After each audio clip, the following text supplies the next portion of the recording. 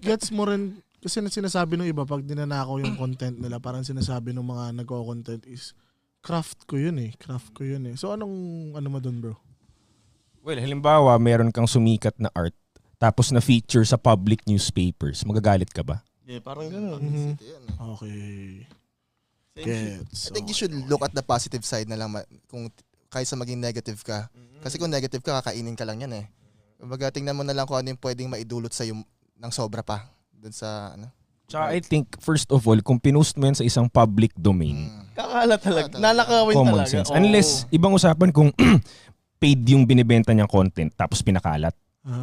Or sumingil siya through that, diba? Yun ibang usapan. Pero kung free yung pinapakalat mo na content, tapos pinakalat ng iba, anong sense na sasabihin mong ninakaw niya? Pinost mo nga sa public domain eh. Okay. Sa tingin ko, matuwa na lang sila na may gumagawa nun kasi ibig sabihin may bigat sila